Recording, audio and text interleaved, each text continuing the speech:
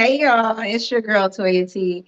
And today we have a great show for you, really talking about the tale of two cities from Cincinnati to Cleveland. And we want to talk about the Black perspective today. I would be remiss if I didn't thank our sponsors. We have Life Anew Behavioral Health and PBS, a CET station, as our sponsors today. With that, I will let my guests go ahead and introduce themselves. Come on in. Hello, hello, hello. Hey, Toya, So how are you? glad to have you. So glad to have you guys. So Hello. I want to start with you doing just a brief introduction.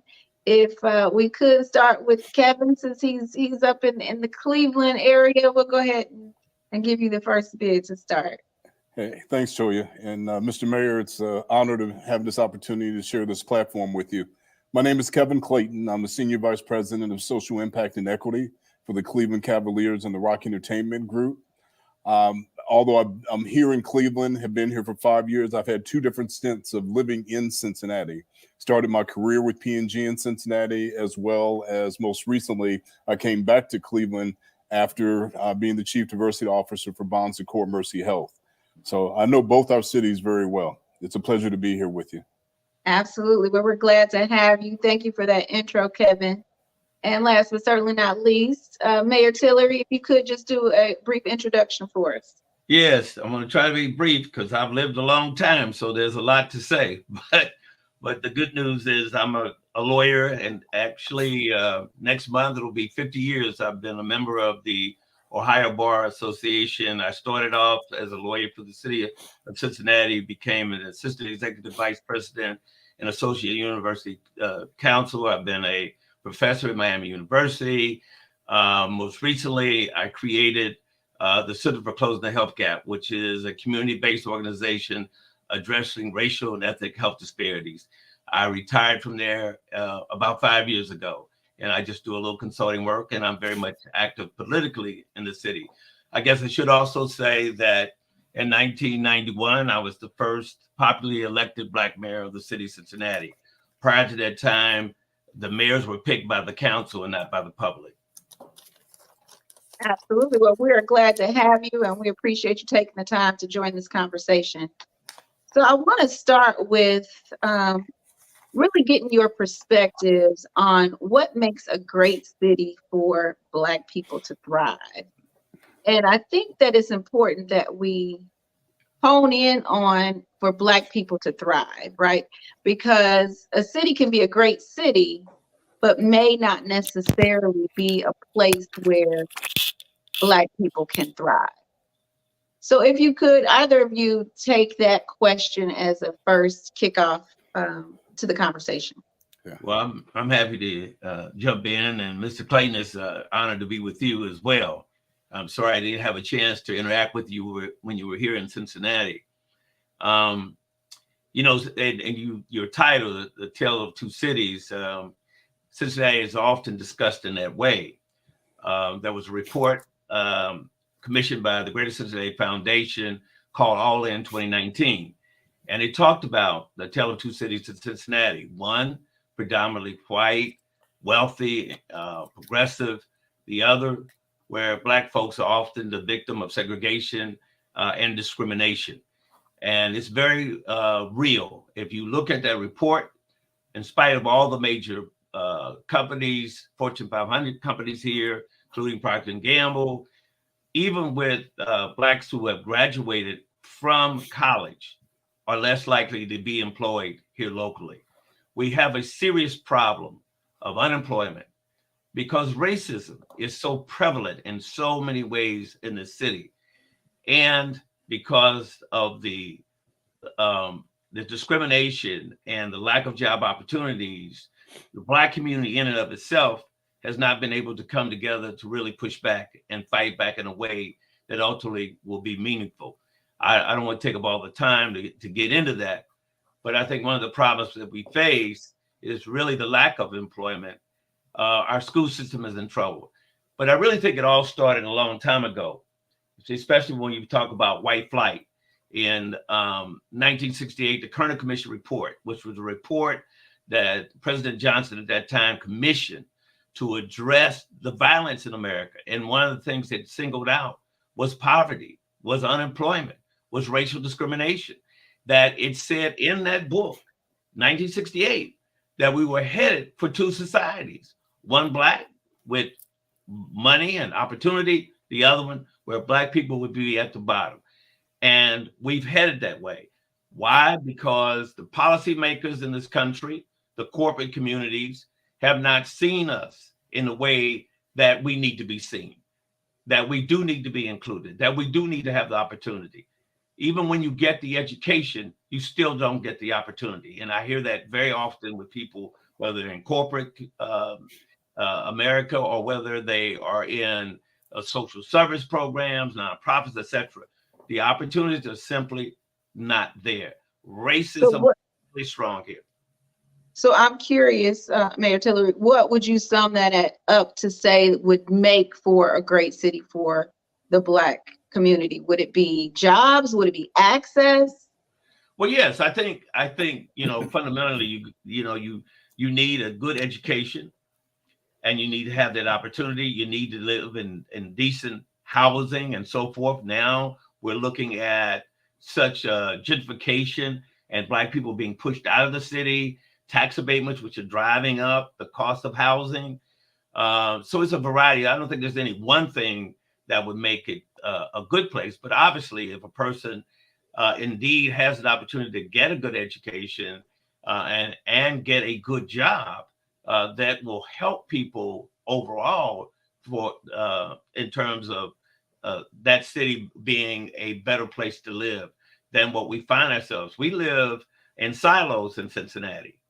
And Cincinnati is one of the most segregated cities in America. I don't know if you guys are familiar with that. And that's well documented. That's intentional. That's the banking institution. That's the real estate industry. And it's difficult because you can go all the way back to the Brown versus Board of Education, 1954 decision, where they said there was no such thing as separate and equal. Well, guess what? We're still separate and unequal. Right. That case, even in 1954, it still has not been enforced. The Supreme Court case. But they're coming down with the affirmative action case. And we already seeing where the inclusion and disparities and all of that starting to be pushed out. Okay. Let's hear from Mr. Clayton. What are your thoughts on that same question? So when I think about your question as to what are the kind of qualities or what makes a city a great place for Black people to thrive, I want to offer it from a comparison. I've been privileged to have lived and worked in cities where Black folks ran those cities. So when I think about Atlanta, I lived in Atlanta for 16 years. I lived in Detroit. I lived in New York. So the common comparison of those particular cities, and then when I think about, what are those elements, it is one, having access to power, where Black folks have the opportunity from a political standpoint to chart the course of that particular city. Secondly, as the mayor had said, from an education standpoint, having equal opportunity to education. When I think about housing, economic empowerment, employment, all of those are the elements that give cities a great opportunity for Black folks to thrive, or I should say to give Black folks a opportunity to thrive in those particular cities. Then when you add the other elements, and I just compare it to what those elements are for white folks. It's the same thing. We start talking about equity.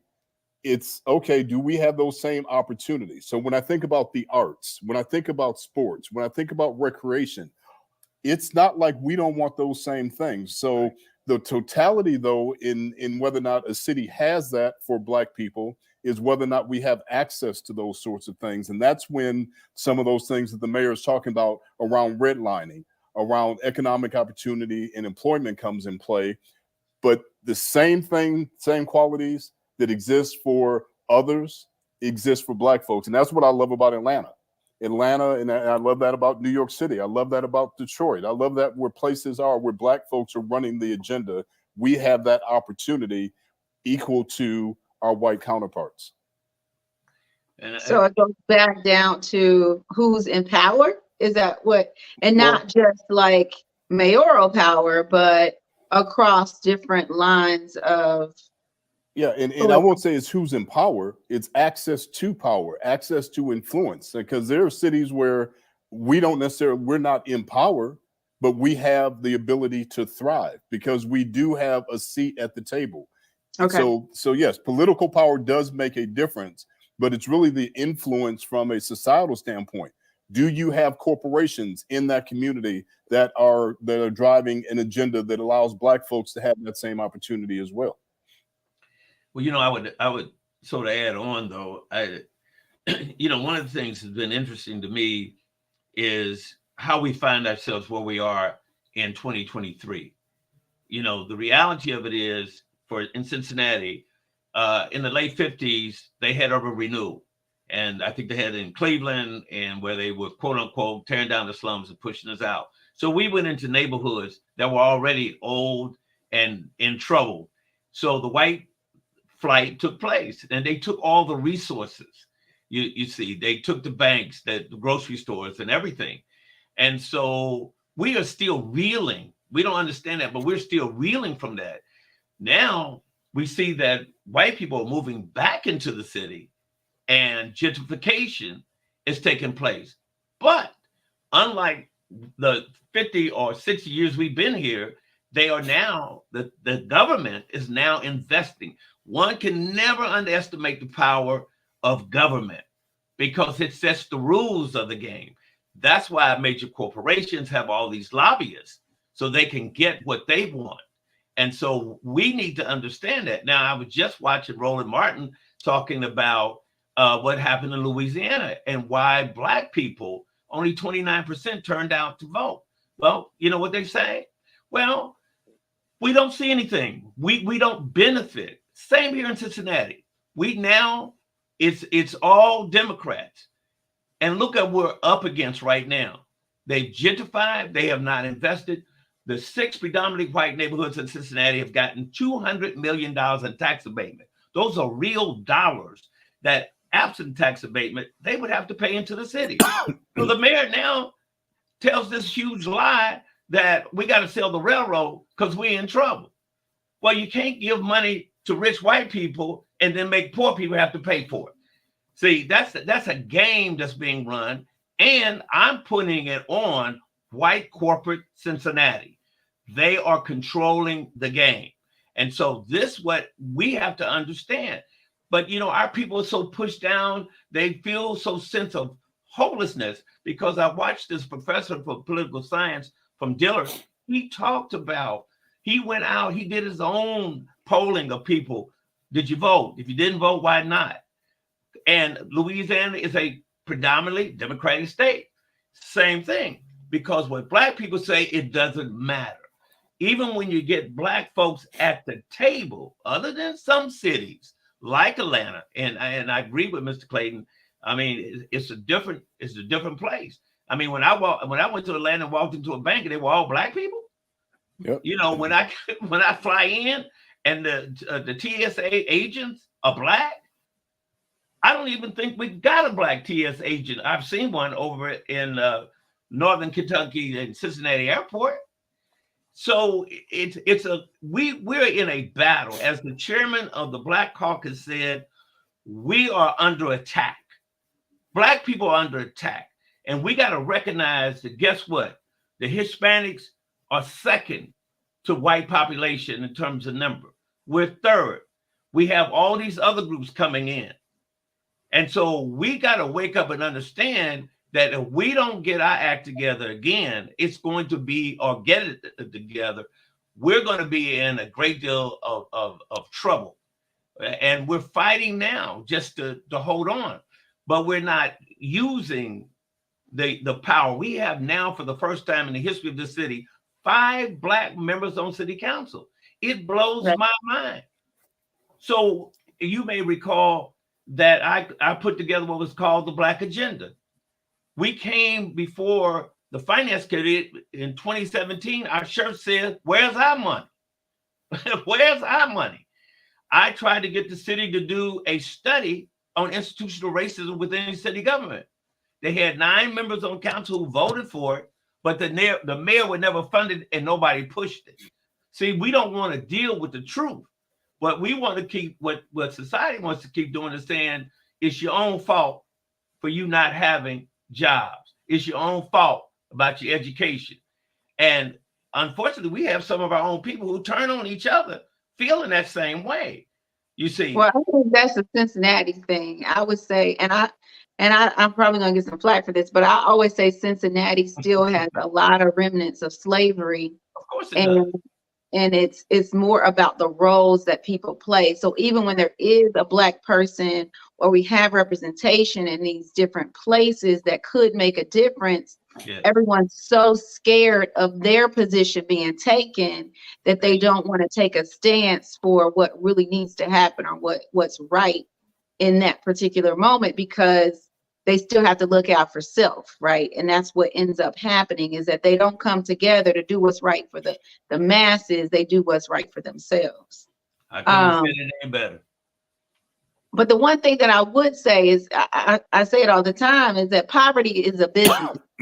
And when you look at the numbers of poverty, especially in the city of Cincinnati, over the last 30 some odd years that I've been here, it's been the same poverty numbers. Nothing has changed, but they have all these programs that are driving to improve poverty. What do you think is causing that? Why is poverty so prevalent amongst Cincinnati and Cleveland? I mean, especially in the Black community, poverty is so prevalent, and what's driving that? Yeah, so let me start with Cleveland. And I will offer a perspective that I would agree that it is systemic. I will agree that it is a strategy. I will agree that this is something that happens in most urban cities across this nation. And there's no surprise when you look at every metropolitan area, who is at the bottom of the totem pole when it comes to resources is Black folks. Mm-hmm. So Cleveland, and these are, as proud as I am about my city, we are the number 1 or number 2, depending on what day it is, between us and Detroit, the most impoverished city in this country. Child poverty, we rank number 1. Adult poverty, we rank number 2. And again, it varies between us and Detroit. When you look at every system in our community, and I've had the opportunity to do that. I'm on the board at the United Way. I'm a chair of the Urban League. I'm engaged in a lot of our community-based organizations that are dealing with these issues. If it's education, if you look at food scarcity, employment, transportation, health equity, on and on across all the systems that drive our community, Black folks are at the bottom. So the question around why, and I would say that it goes back to the fact that, and we've had redlining here, Mr. Mayor, in Cleveland as well. And we have areas in Cleveland where life expectancy just 5 miles different from a certain zip code. The difference in life expectancy for Black men is 20 years. Said differently, if you live in a certain area code that is predominantly white, just 5 miles away from the heartbeat of downtown Cleveland, your life expectancy, you can add on 15 to 20 years versus being a Black man.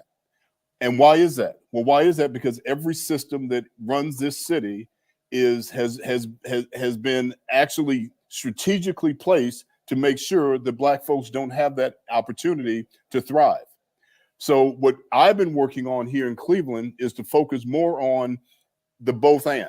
Yes, we do need the support and we need the community-based organizations to help, but also taking a look at the systems themselves and dismantling the systems that have created this.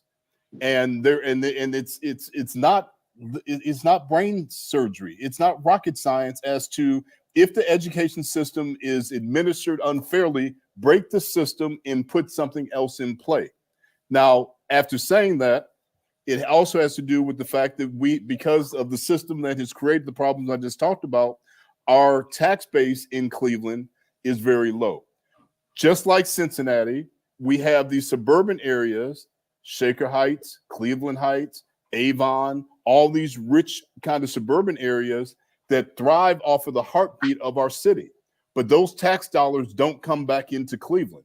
So you have the main corridor of urban Cleveland with a low tax base, our population has declined year over year by about 10 to 15% for the last decade.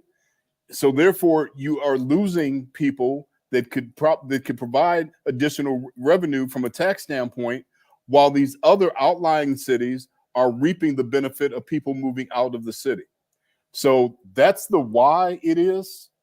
And we could talk about remedies after this, but the why is because it's been a strategic plan to keep Black folks in the place in which they are, so that, to that point that you made earlier, Toyia, poverty is a business. Yeah, I want to piggyback on that. You're absolutely right. And it really upsets me a great deal, because these social service programs, you know, they're really the new welfare system. It's the new welfare system.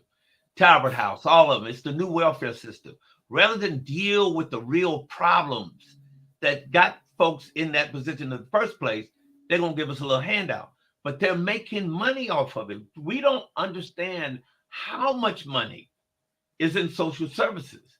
You see, that really doesn't help a person. A job, rather than give you a job, they're going to give you a little handout, which only keeps you at that same place. It never allows you to go up the ladder. I'm telling you, if you read the book, Kerner Commission report, it lays it all out. It talks about the immigrants and how they came, but how there was a ladder for them to go up. But when it was our turn, hell to the no. And that's where we are. We are still dealing with a very racist system, country that has a system that's rigged to benefit whites and not Blacks. In Cincinnati, housing alone, 78% of the white people own their homes. 32% of Black people own their homes, with Cincinnati 40 to 50% of the population. It's a rigged game. It's an absolute rigged game. When you talk about tax abatements, you got to be able to borrow the money to improve your house. You see, everything that's done really is done to benefit white people. And so what we get is the nonprofits, we get the handouts. The Urban League has been around for the longest, and I don't mean to like be ugly towards these groups, but the truth of it is, what has changed? Right. Where's the numbers that show us that we've made progress with Right. all of these nonprofit organizations? But Yeah, I agree. This is the way they want it. But let me just But say it's this. the only place where there's no measurement. So I've been in corporate America for 20 years. Yeah. And when I worked at J&J, the motto was what gets measured gets done, right? Yeah. And so if you have a baseline and you're coming in with a project and you're trying to affect that baseline, you have to have a measurement to say, okay, this is where we were, this is where we want to be. Well, if you're not trying to affect the change, then I guess don't measure it, right? At some point, you have to have some measures that say this is what we'd like to see in order to have impact. Yeah. And so that brings me to my next point around really getting your sense of what is the perspective or how we can change the situation. This show is all about bringing resources and opportunities to the people. So from your perspective, what could change the cities for the better, both Cleveland and Cincinnati? Well, I think, from my perspective, I really do think government is critical. It was critical for white people and how they make progress. I think government is critical for us. And that means that we have to have people in public office that are not afraid to say, we need to invest here. We need to give there. This city gives more money away to rich people. Carl Linda's sons, they've got the FC Stadium at the expense of taxpayer dollars, multi-billionaires. But if you give somebody Black something, oh my goodness, they go after Black, they're a runaway slave. I'm telling you, and government has such a great impact. Look where we are now with Donald Trump came in, he changed the tax code. Man, they tearing me up. But they at the top, they not paying nothing. Now tell me, that's simple. Something is wrong with this picture. There's no trickle down. You see, if we flipped it, you know, and begin to let people who at the bottom half play less and the people at the top half play more, then we can begin to get some balance. But just some of the ways in which it impacts and how you make change. But you have to have politicians who are there to serve the people and not there to serve themselves. Unfortunately, too many Black politicians are looking at how they're going to be the next Obama, and therefore not willing to stick out their neck and stand up for the very people who gives them their votes. So I would say, you know, in Cincinnati, it's a Democratic city. We need another party. We have to have another party to challenge those folks, because people, no matter what color you are, they often take the path of the least resistance. All right. Yep. What do you say to that, Kevin? Yep. So here's what we have done, and here's what we're doing right now. And again, it's the both and. We have 15,028 nonprofits in Cleveland. That's ridiculous. But and we have them because of the need that is so prevalent. But what we have done is said, okay, you all go do your thing. Recently, through the partnership with Leadership Cleveland and the Leadership Academy, we pulled together 50 of the top influencers in the city of Cleveland: Black, white, short, tall, gay, straight, Jewish, Christian, just the influencers who were identified as influencers. We have 5 different work groups that are focused on the systems. One happens to be gun violence, food scarcity, education, healthcare, and transportation. You all are familiar with the social determinants of health that drive all of those kind of negative health outcomes in the Black community. Mm-hmm. So what we did, the reason why we chose these 5 is because we know that these are core symptoms that are contributing into what the problems are. And to the point of us bringing in other communities, or I should say our communities being safe for businesses to come and want to be in Cleveland, we know that we have to fix the gun violence piece. We have to fix violence in our communities, because we have, in our state recently, we had a major corporation that chose Columbus versus Cleveland, and it was all geared around violence, and that was Intel. They built their plant in Columbus. So my point is that we know we have some problems here that we need to fix. We have our community leaders that are fixing those problems, or at least addressing those. And we know that if we can fix healthcare, education, violence, food scarcity, and transportation, those are 5 core systems that actually are driving the reason why we got 15,000 nonprofits. So to me, that you have to begin fixing the systems. Right. And you have to start with some categories you can measure. Yep. Unfortunately, we're out of time. I want to give you a chance to give your contact information before we go ahead and thank our sponsors. Okay, well, I'm on X, KL Clayton, and you can also find me at LinkedIn. Also, you can find me and feel free to email me, kclayton@cavs.com. And Mayor Tillery, if you want to give your final words with your contact info. Yeah, and I agree with what Mr. Clayton said, but here's the key. Well, they have the will to do what's right, and that means sharing the money. And it's always in a capitalistic system. It's the people at the bottom that makes the folks at the top rich. So Dwight Tillery at fuse.net. Dwight Tillery at fuse.net. I'm sorry we have to stop so soon. I was just getting warmed up. Well, we appreciate you guys being here tonight, and we appreciate the conversation. With that, we're going to go ahead and thank our sponsors. Today's episode of The Plug is sponsored by the following companies.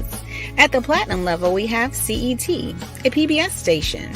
CET is your home for the arts in Greater Cincinnati. Also at the platinum level, we have Life Anew Behavioral Health. Life Anew Behavioral Health is a boutique mental health agency that caters to those who would not normally knock on the door of a behavioral health organization. They strive to take the stigma out of mental health so that more individuals seek the assistance they want and need. For more information, go to lifeanewbh.com or call them at 216-417-1007. At the gold level, we have Pride Charter Services. Pride Charter Services is committed to meeting your travel needs and exceeding your expectations. With Pride, you can enjoy the ride and let them drive.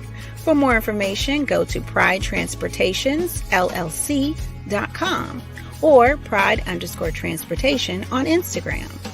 At the silver level, we have Mama K's nonprofit, Woman Lifted. Woman Lifted is giving back through life-changing experiences. Mama K's COVID soup is changing lives for the better, one bowl at a time.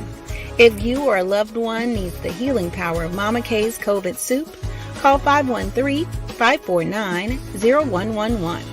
Sizes available include 64 ounces, $40, 32 ounces, $30, or 16 ounces for $25. Also at the silver level, KMR Driving School. KMR Driving School, LLC is your driving school of choice, whether you're an adult in need of abbreviated adult driving, adult remedial classes, JDIP, juvenile driver intervention classes, teen driving school, or private lessons. Contact KMR Driving School at 513-674-1200 today. And our final silver level sponsor is Rough Dean Enterprises Incorporated. Rough Dean Enterprises, Inc. provides rental housing for residents in the greater Cincinnati area. The owner is also an Ohio licensed realtor. For more information about vacancies or to learn more, call 513-313-0643. And last but certainly not least, at the bronze level, Spiritual Genius.